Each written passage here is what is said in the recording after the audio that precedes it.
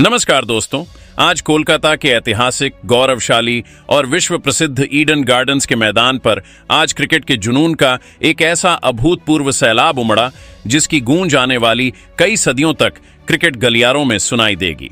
ICC पुरुष टीबीज विश्व cup 2026 का यह 52वां मुकाबला महज एक मैच नहीं था, बल्कि यह सुपर 8 के ग्रुप 1 का वह करो या मरो वाला महासंग्राम था जिसमें भारत की साख दांव पर लगी थी।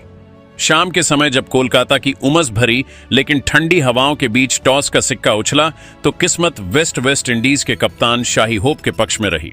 उन्होंने पिच की नमी और दूसरी पारी में पड़ने वाली संभावित ओस को ध्यान में रखते हुए एक चतुर रणनीतिक फैसला लिया और भारत को पहले बल्लेबाजी के लिए आमंत्रित किया। ईडन गार्डन्स की यह सपाट और चमकदार पिच रणों के किसी भव्य और आलीशान महल की नींव रखने के लिए पूरी तरह से सज-धज कर तैयार थी। कोलकाता के ऐतिहासिक, गौरवशाली और क्रिकेट के मक्का कहे जाने वाले ईडन गार्डन्स की उस सुनहरी शाम जब हवाओं में उमस और दर्शकों के सीने में उत्साह का चरम था, तब भारत की ओर से पारी का आगाज करने के लिए युवा तुर्क अभिषेक शर्मा और तकनीकी रूप से सक्षम संजू सैमसन की सलामी जोड़ी ने जैसे ही बाउंड्री लाइन पार कर मैदान पर कदम रखा, पूरा स्टेडियम इंडिया इंडिया के उद्घोष से गूंज उठा। अभिषेक शर्मा, जो अपनी बेखौफ बल्लेबाजी के लिए जाने जाते हैं, उन्होंने अपनी पहली ही कुछ गेंदों से कैरेबियाई खेमे में खलबली मचा दी। वेस्ट इंडीज के सबसे तेज गेंदबाज शमार जोसेफ की 145 किमी घंटे की रफ्तार वाली गेंद पर अभिषेक ने जिस तरह से क्रीज का इस्तेमाल करते हुए उसे डीप मिड विकेट के स्टैंड्स में एक दर्शनीय और गगनचुंबी झड़कर भेजा, उसने स्टेडियम में मौजूद 60,000 दर्शकों के बीच बिजली सी कौंधा दी। उनके यह तेवर चीख चीख कर कह रहे थे कि आज का दिन रनों के एक विशाल सैलाब का गवाह बनने वाला है। हालांकि टीबीज क्रिकेट अनिश्चितताओं का खेल है और यहां पासा पलटते देर नहीं लगती। कैरेबियाई गेंदबाजों ने अपनी अनुभवी रणनीति, सटीक लाइन लेंथ और गति के जादुई मिश्रण से बहुत जल्द ही मैच में जोरदार वापसी की। पारी के चौथे ओवर की अंतिम गेंद पर जब अभिषेक शर्मा अपने हाथ खोलने के लिए बेताब दिख रहे थे और एक बड़ा स्कोर बनाने की राह पर थे, तभी अनुभवी जसन होल्डर ने अपनी चतुराई का परिचय दिया। उन्होंने एक बेहतरीन back arm of the hand slower delivery फेंकी, जिसे पढ़ने में अभिषेक पूरी तरह चूक कर बैठे। बल्ले का बाहरी किनारा लेकर गेंद हवा में टंक गई और बाउंड्री लाइन पर खड़े फील्डर ने कोई गलती नहीं की। यह भारत के लिए पहला बड़ा और हृदय विदारक आघात था। इस झटके से अभी टीम उभर भी नहीं पाई थी कि क्रीज पर आए ईशान किशन भी आज अपनी चिर परिचित लय हासिल करने में पूरी तरह संघर्ष करते नजर आए। वेस्ट इंडीज के स्पिनर गुडाकेश मोती ने अपनी एक जादुई तीखी और तेजी से अंदर की ओर घूमती हुई आर्म बॉल पर ईशान को पूरी तरह से आत्मसमर्पण करने पर मजबूर कर दिया। गेंद उनके डिफेंस को चीरती हुई बिजली की रफ्तार से स्टंप्स में जा समाई।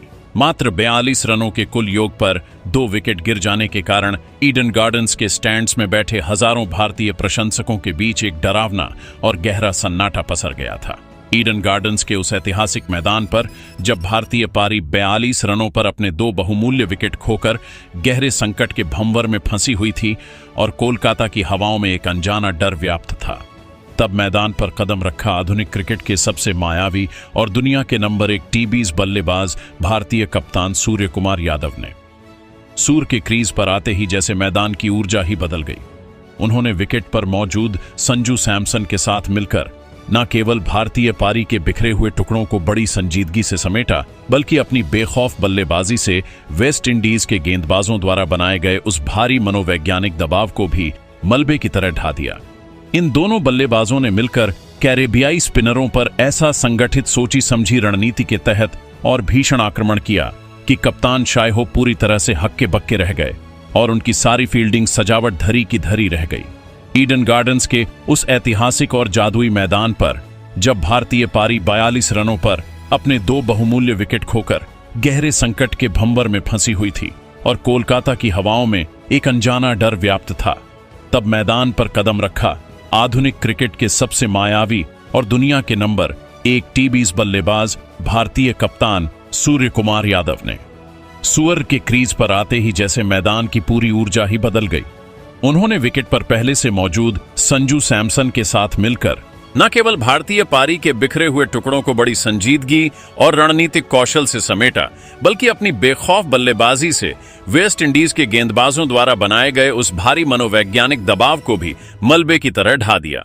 इन दोनों बल्लेबाजों ने मिलकर कैरेबियाई स्पिनरों पर ऐसा संगठित सोची समझी रणनीति के तहत और भीषण आक्रमण किया कि कप्तान शाही होप पूरी तरह से हक्के बक्के रह गए और उनकी सारी फील्डिंग सजावट धरी की धरी रह गई। संजू सैमसन ने उस शाम अपनी नैसर्गिक क्लास, मखमली टाइमिंग और प्रचंड ताकत का जो बेजोड़ संगम पेश किया, वह क्रिकेट के इतिहास में सुनहरे अक्षरों में दर्ज किया जाएगा।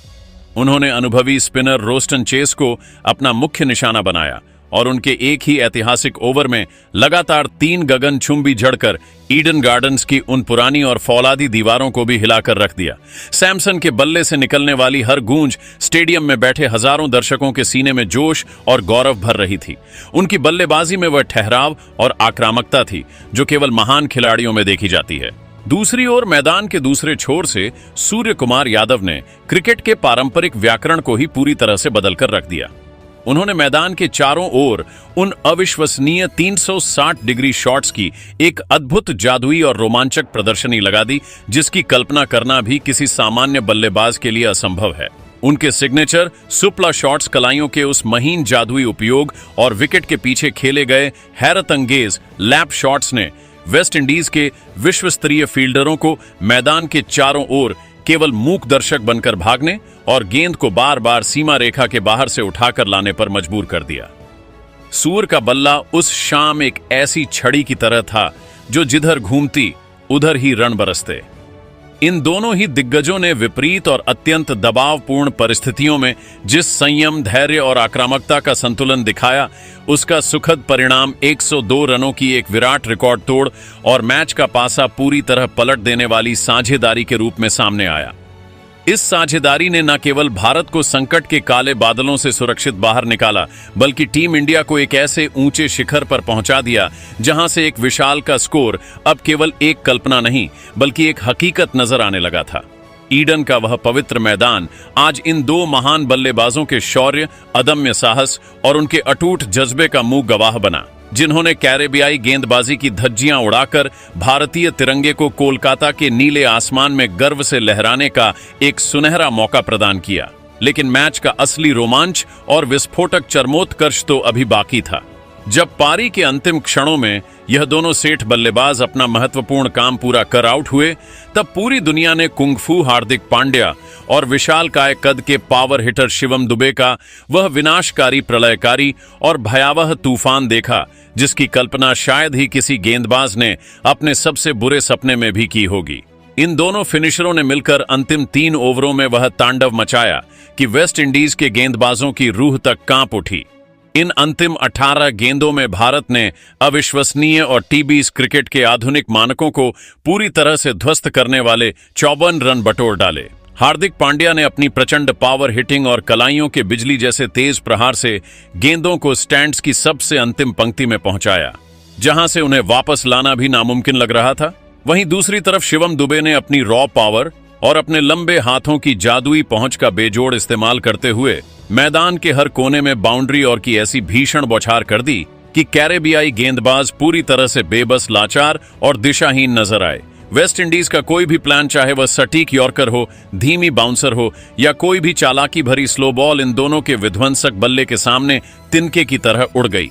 निर्धारित 20 ओवरों के खेल के अंत में जब भारतीय पारी थमी, तो स्कोर बोर्ड पर 216 रनों का एक अभेद्य हिमालय और विशाल का स्कोर अंकित था। इस विराट स्कोर ने न केवल इंडीज के खेमे में खलबली और दहशत मचा दी, बल्कि पूरे विश्व क्रिकेट को यह स्पष्ट और कड़ा संदेश दे दिया कि टीम इंडिया अपने सबसे खतरनाक, सर्वश्रेष्ठ और अपराज्य रंग में लौट चुकी है। 216 रनों की यह विशाल दीवार अब वेस्ट इंडीज के लिए एक ऐसी चुनौती थी जिसे पार करना उनके लिए लगभग असंभव प्रतीत हो रहा था।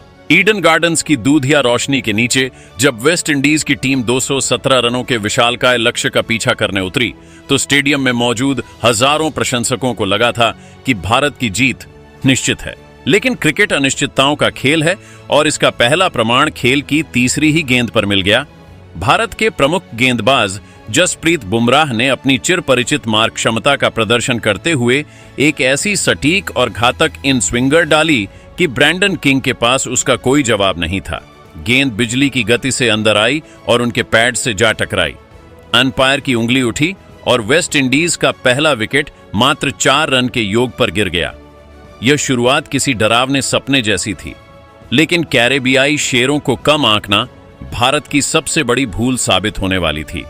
इसके बाद ईडन के मैदान पर जो मंजर दिखा, उसने भारतीय प्रशंसकों के चेहरों से मुस्कान छीन ली और धड़कनों को अनियंत्रित कर दिया। कप्तान शाई होप और विस्फोटक शिमरॉन हिटमायर ने मिलकर भारतीय गेंदबाजों पर एक ऐसा सुनियोजित और प्रचंड जवाबी हमला शुरू किया जिसकी कल्पना कप्तान सूर्यकुमार यादव ने भी नहीं की थी। इन दोनों ने मैदान के हर कोने में चौकों और की ऐसी झड़ी लगाई कि अगले 12 ओवरों तक भारतीय गेंदबाज केवल गेंद को बाउंड्री से वापस लाने का काम करते रह गए। अर्शदीप की स्विंग और बुमराह की रफ्तार, सब कुछ इन दोनों के सामने बौना साबित हो रहा था। वेस्ट इंडीज ने बिना कोई और विकेट गंवाए स्कोर बोर्ड पर 110 रन टांग दिए। हेटमायर की पावर हिटिंग और शाई होप की कलात्मक बल्लेबाजी ने भारतीय खेमे में खलबली मचा दी थी और ऐसा प्रतीत हो रहा था कि वेस्ट इंडीज इस लक्ष्य को 18वें या 19वें ओवर में ही आसानी से हासिल कर लेगा। ईडन गार्डन्स के उस ऐतिहासिक और विशालकाय मैदान पर जब कोलकाता की हवा में हार की कड़वाहट घुलने लगी थी और ऐसा लग रहा था कि मैच पूरी तरह से भारतीय टीम की मुट्ठी से रेत की तरह फिसल चुका है, तब पूरे स्टेडियम में एक भयावह सन्नाटा पसरने लगा था। कैरेबियाई बल्लेबाज जिस प्रचंड रफ्तार से रनों का पीछा कर रहे थे, उसने भारतीय समर्थकों की आंखों में आंसू और चेहरों पर मायूसी ला दी थी। लेकिन ठीक उसी संकटपूर्ण घड़ी में भारतीय कप्तान सूर्य कुमार यादव ने अपनी कप्तानी का सबसे साहसी और रणनीतिक दांव खेला। उन्होंने अपनी अंतिम उम्मीद और सबसे भरोसेमंद ब्रह्मास्त्र अक्षर पटेल को गेंद थमाई, जिन पर उस समय 1.4 अरब भारतीयों की उम्मीदों का भारी बोझ था। अक्षर पटेल ने आक्रमण पर आते ही वह चमत्कार कर दिखाया जिसकी कल्पना शायद ही किसी कैरेबियाई प्रशंसक ने की होगी। अपने जादुई स्पेल की पहली ही गेंद पर उन्होंने अर्धशतक की ओर मजबूती से बढ़ रहे और भारतीय गेंदबाजों के लिए सिरदर्द बन चुके शाही होप को एक ऐसी तिलिस्मी कैरम बॉल पर क्लीन बोल्ड कर दिया कि स्टंप्स हवा में किसी खिलौने की तरह कलाबाजी खाने लगे। होप के आउट होते ही ईडन गार्डन्स का सन्नाटा एक जोरदार गर्जना में बदल गया। यह केवल एक विकेट नहीं था, बल्कि वह क्षण था जिसने पूरे मैच का रुख और मनोवैज्ञानिक संतुलन भारत के पक्ष में मोड़ दिया। भारत लेकिन अक्षर का कहर अभी थमा नहीं था। इसी ऐतिहासिक ओवर की चौथी गेंद पर उन्होंने अपनी चतुर फिरकी का मायावी जाल बुना और खतरनाक कप्तान रोमन पॉवेल को भी झांसा देकर पवेलियन की राह दिखा दी। अचानक जो मैच एक तरफा लग रहा था, उसमें भारत की उम्मीदें किसी जलते हुए चिराग की तरह फिर से जगमगा उठी। दूसरे छोर से मिस्ट्री स्पिनर वरुण चक्रवर्ती ने भी अक्षर के बनाए दबाव का पूरा फायदा उठाया और अपनी रहस्यमयी गेंदों से 2 और महत्वपूर्ण विकेट चटकाकर इंडीज के मध्यक्रम की रीढ़ की हड्डी को पूरी तरह चकनाचूर कर दिया।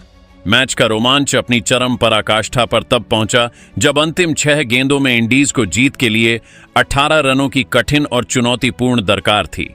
पूरा ईडन गार्डन्स अपनी सीटों से खड़ा था। लोग सांसें रोककर मूक दर्शक बने हुए थे और गेंद भारत के यॉर्कर किंग अर्शदीप सिंह के फौलादी हाथों में थी। क्रीज पर रोमारियो शेफर्ड और जसन होल्डर जैसे दुनिया के सबसे खूंखार हिटर मौजूद थे, जो एक गेंद पर मैच पलटने की क्षमता रखते थे। अर्शदीप ने अपनी फौलादी नसों और अदम्य साहस का परिचय देते हुए पहली 5 गेंदों पर सटीक यॉर्कर तीखी बाउंसर और चालाकी भरी धीमी गेंदों स्लोअर वंस का ऐसा अद्भुत मिश्रण पेश किया कि दुनिया के सबसे बड़े हिटर भी एक-एक रन के लिए तरस गए। हर गेंद के साथ भारतीय खेमे का आत्मविश्वास बढ़ता गया और वेस्ट इंडीज की घबराहट साफ दिखने लगी। अंतिम गेंद पर समीकरण किसी रोमांचक थ्रिलर फिल्म की तरह बन चुका था। वेस्ट इंडीज को जीत के लिए 4 रनों की जरूरत थी और अर्शदीप को केवल एक सटीक गेंद डालनी थी। अर्शदीप ने अपनी पूरी एकाग्रता बटोरी और ऑफ स्टंप के काफी बाहर एक ऐसी वाइड यॉर्कर डाली जिस पर बल्लेबाज ने अपनी पूरी शारीरिक शक्ति लगाकर बल्ला तो घुमाया, लेकिन गेंद और बल्ले का वह संपर्क नहीं हो सका जो के लिए जरूरी था। गेंद बाउंड्री तक नहीं पहुंच पाई और बल्लेबाज केवल 1 रन ही ले सके। ईडन गार्डन्स का यह महान मैदान उस क्षण का मूक गवाह बना जब इंडीज की पूरी टीम 214 रनों के स्कोर पर सिमट गई। और भारत ने इस रोंगटे खड़े कर देने वाले, सांसें रोक देने वाले और रोंगटे खड़े कर देने वाले मुकाबले में मात्र 2 रनों के मामूली लेकिन अत्यंत ऐतिहासिक अंतर से महाविजय दर्ज की। इस विराट और अविश्वसनीय जीत के साथ ही भारत ने न केवल इंडीज के उस कैरेबियाई अहंकार को मिट्टी में मिला दिया, बल्कि आईसीसी टी20 विश्व कप 2026 के सेमीफाइनल के लिए गौरवपूर्ण और आधिकारिक तरीके से क्वालिफाई कर लिया। क्रिकेट के इतिहास में यह मुकाबला न केवल भारत की बल्लेबाजी की गहराई और सूर्य कुमार यादव की कप्तानी की मिसाल के रूप में याद रखा जाएगा, बल्कि यह भारतीय गेंदबाजों के उस फौलादी जज्बे और विशेषकर अक्षर पटेल के उस चमत्कारिक स्पेल के लिए भी अमर हो जाएगा, जिसने हार की कगार पर खड़ी टीम इंडिया को संजीवनी प्रदान की और पूरे देश को विश्व कप के ताज के एक कदम और करीब पहुंचा दिया। कोलकाता की मिट्टी आज भारतीय शौर्य की गवाह बनी और टीम इंडिया अब पूरी दुनिया को यह स्पष्ट संदेश दे चुकी थी कि उन्हें हराना अब नामुमकिन है। तो दोस्तों, आपको क्या लगता है कि क्या भारत लगातार दूसरी बार टी20 वर्ल्ड कप जीतकर सबसे ज्यादा बार यानी 3 बार वर्ल्ड कप की ट्रॉफी उठाने वाला देश बन पाएगा? अपनी कीमती राय हमें कमेंट बॉक्स में जरूर बताएं और अगर आपको यह वीडियो पसंद आया तो इस वीडियो को लाइक करें, शेयर करें और हमारे चैनल को सब्सक्राइब करना ना भूलें। जय हिंद, जय भारत, जय हिंद।